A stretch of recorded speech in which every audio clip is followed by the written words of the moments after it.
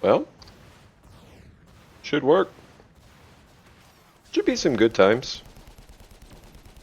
Creeps got their little snowball hats. Poof poof. Anyway, this is a 2v2 featuring R3DDOG, HAWK485, HAPPYDEATH, and SPORT87RECIFE or Lucifer, something. Names were never my specialty. Anyway, this is a map called Twin Peaks. Despite the fact that all of the terrain is equivalent height and elevation, it's called Twin Peaks. So you can just picture this being two sort of mountains. Both teams generally going to capture this close outpost first and then move on to the forward outpost down on the bottom. The top is usually a little bit of a last thought. If you come to a stalemate in the bottom, then people might actually resort to the top. But generally speaking, top outpost is something you don't want to dedicate too many resources to early. So HAPPYDEATH dropping 2 Longhorn here. One of those may get taken out. Fortunately, Micro is on top of its game, so able to save every last tank. Losing a tank here and there really starts to add up over time. R3DDOG and Hawk planting a generator at their outpost. That's actually a really good idea. That's going to keep this outpost's energy topped up and allow them to recharge a lot of their units as well as their own mech health on that outpost more frequently without running down. HAPPYDEATH trying to put down a few mines. All that's going to do is prevent Carbon Team from pushing. HAPPYDEATH looks like he wants to focus on reinforcing top. So SPORT87RECIFE has been doing a decent job preventing the other players from really getting their own foothold in top. Now, a lot of red units are down. This outpost is empty on energy, and all these things are smoking black, so they need some repair units or a generator or something. They don't have one, so enough focus fire or anti-air would easily knock these players out. R3DDOG trying to spam in a few of those Helix missiles, not getting any kills, unfortunately. Carbon's own outpost starting to get hurt, and Carbon setting up an artillery, so if Red does not deal with that or push in, they are going to be taking continuous damage at that top post over time, indefinitely. Sports socketing a honeypot, but these Archies do have splash damage, so the honeypot will not be able to keep up with that. Even on sockets, probably going to start lagging behind. The mines are going to prevent Carbon from really pushing in. They've got 4 Longhorn versus, okay, so red team's got equivalent to greater numbers down low and lower numbers up high, but red does have the positional advantage. So really, this is Carbon's game.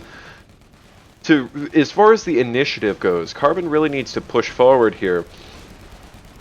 What are those, butchers? Okay, couple of melee units. Shred tanks fairly well. Tanks have a chance to miss infantry class units.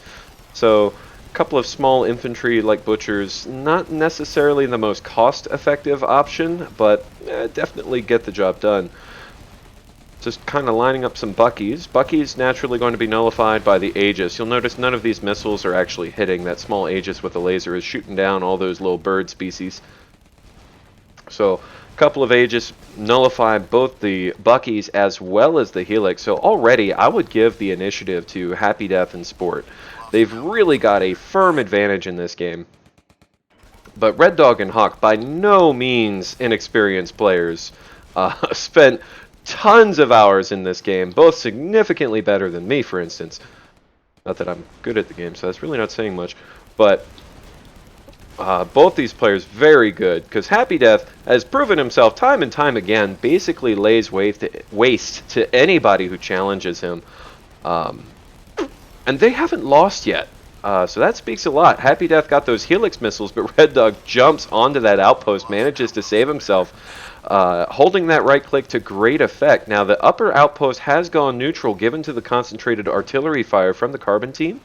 The healing units for red, though, look like they are able to keep up with this damage, whereas Carbon team doesn't have any healing units, so they will get overwhelmed themselves. The greater concave lies on red team.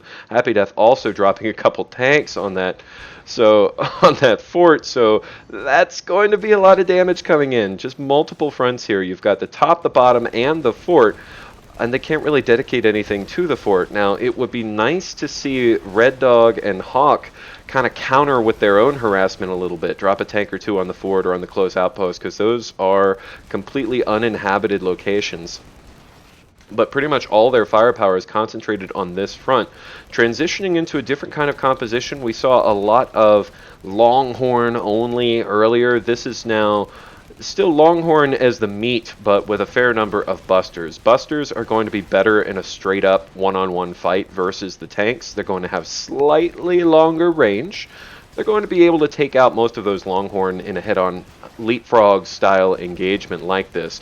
The Bucky's behind, giving a lot of extra rockets and extra DPS long range. Tends to be a really good addition. The downside is Red's Aegis are up on the north side of the map. They're out of upkeep, and they may or may not be thinking about it, but they're unable to really build any Aegis to supplement this force down here, and they're going to be unable to build any healing units as well. They have no generator, so this outpost is going to rapidly get sucked dry from energy. HAPPYDEATH pulling all of his units back, basically getting pushed out of that position. Meanwhile, the continued artillery harassment up on the north side is going to whittle that post down to neutral as well. So Red Dog and Hawk almost getting the upper hand here. Red team definitely on the back foot.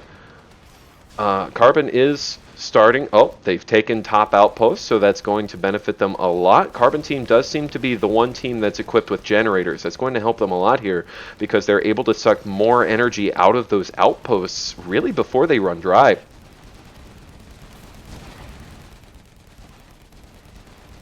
Although this is kind of a dead heat right here. The bottom, I think, neither team is really losing any units. There's really no casualties here, so while they're doing a lot of dancing, they're doing a lot of hovering around and spraying each other with their happy bullets. Yeah, even that Bucky not going down. Bucky's the most fragile of all units in the game, stays alive thanks to this impeccable micro by Hawk, and likewise on the red team, there's really no units going down. So this is dead even, nothing's getting destroyed, and so long as there's really no units being lost, even slowly, actually, as I say that, Carbon starts to lose a couple units, but so long as there's no units being lost, what you'll find is that the game does not progress, that neither team, their credits will start to float up. So red teams float in 25 and 6, Carbon's floating 13 and 5. Carbon's doing a better job staying ahead of their bank, but they have more upkeep. They also have this force on the top side, which currently doesn't have any kind of counter from the red team. So I'd expect Red Dog to try and get a new position here. Bucky's unfortunately not going to be great. Now the bad side here is that now bottom is entirely unoccupied by Carbon. Hawk getting taken down there, so HAPPYDEATH and Sport are probably going to capitalize on this and lay waste. I expect multiple tanks to go down. There's a grinder getting thrown into the mix. At least 2 Longhorn go down. The grinder does go down as well. But now Carbon team, once upon a time, a bastion of strength down here on the south. Hawk finding himself overwhelmed by that red group of numbers there. Also, Red Dog getting pushed back as well. So, major losses there from the Carbon team, just not able to get that efficiency. And I think ultimately losing Hawk on that south side was the main turning point at that location. So Red's looking pretty good, but Carbon's going to have higher maximum upkeep, higher income. Red's starting to socket a lot of these, what were formerly levelers and then became something else, whatever the hell you call them now. They increase the maximum upkeep that you can build. So as they put these down, they're increasing that maximum upkeep number. And so despite the fact that they are down on income, they should be able to hold their numbers fairly even. So in a head-on-head engagement, Carbon is able to afford to be less efficient here, and they can lose maybe 1 or 2, maybe 3 more tanks a minute here. And we see the typical devolution of a Twin Peaks game here. Red finally adding in an Aegis or 2 on this bottom side. That's going to basically take all the damage away from these Buckies. So those 2 Buckies, it's pretty much like they're not there. You got 3 Busters over here, but I'd expect equal number or greater of Busters or Longhorn for Red on the opposite side. Not only that, but putting down Berthas. Berthas, the biggest, baddest artillery in the entire game, is easily going to be doing plenty of splash damage to clear out this whole unit clump. And they've got the range. Those are going to be shooting. Well, at least they should be shooting. That is... There we go. One hell of a reload time. Just had to stop and think about it for a little bit. That Bertha must be faced a little bit too far south, and the arc of its fire must be just grazing that line of carbon units. Looks like Hawk and Red Dog trying to snipe a few of these leveler, generator, whatever the hell you want to call them anymore, sorts of units. Need to look that up. The thing that looks like a giant house. So Aegis, Buster, Longhorn, kind of the same composition for both teams. No one's going for Dillos, no one's going for Gemini. Kind of teching into these higher gear units, so getting a lot of Berthas. This is about where I would expect to see some kind of Goliath transition. So there's our first Goliath for the red team coming out. But Goliath, the bigger, badder tank. Tanks tend to be good. Tanks can absorb a lot of fire. The bigger health pool you have for this sort of engagement, the better off you're going to be. So just going from composition alone, regardless of position and numbers, red has a major advantage here because the Goliath is going to be very hard to kill. And so as we get more Goliaths over on this side, they can soak up a lot of damage. They're easy to heal. You can just pick up the one unit and take it back rather than having to micromanage 4 or 5, 6 different units. Even though they are less efficient for that upkeep, that easier micromanagement ability is going to compound their combat effectiveness quite a bit. Downside of Goliaths being naturally that they have much shorter range. They have a very slow turret speed, and they'll find that they're pretty easily outmaneuvered if there's any motion involved. So that grinder just pressing into the back of that Goliath and drilling its ass out in a good way is going to be able to knock that thing out. But there's another Goliath behind it. I'd expect red to continue pumping out Goliaths. Upkeeps are basically dead even. So even though Carbon has a little bit of an income advantage, they'll find that they're going to be unable to do anything with that upkeep max because all of their units are kind of wrapped up here. They've got maybe 10 to 20 upkeep just right here doing nothing, just getting bombed by the Berthas with no Berthas of their own. So expect those to just slowly get killed. But going back to ferry them would be too much of an opportunity cost, so you'll find that red just continues to gain momentum on the bottom. Upkeep starts spiraling down, and I would expect that this is going to be Happy Deaths and Sports game to lose here for the red team. Berthas continue to lay in. Oh, adding insult to injury, got some Gorgons, those heavy anti-air turrets on wheels, as if those hats couldn't get any more fun. Just make them portable. So it's super expensive, super high upkeep, but now that they've captured this outpost, all they have to do is move these up. So Sport's going to probably put a custom waypoint on those. He's by no means pushing all the way to the fort, as cool as it would be if he had the balls to do that. Probably just going to get up to about here and stop, reline up his units, and solidify this position. When ahead, get more ahead. That's how the mantra goes. So he's just going to sell the artillery because now there's really nothing that's close enough for those to get a point. So he's going to free up some upkeep, free up some credits, take the Berthas and position those to attack the north outpost. So that's a good reshuffling of units there, good redistribution of resources. Would be really nice to see a generator or something around. Ooh, double kill for the red team.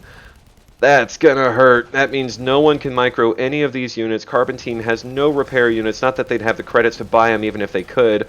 And so all of these tanks are probably going to go down. The outpost is lost, so there can't be any micromanagement. He can't socket the generator, and they won't be able to bring this back. So really, they need to get those out of range of the Berthas, just step those back to the other corner of the post. But the sustained fire from the Striker and the Helix going to prevent Red Dog and Hawk from getting anywhere near there, taking down Hawk. Happy Death just recharging his energy, holding right click, and going to be sniping Red Dog down pretty quick.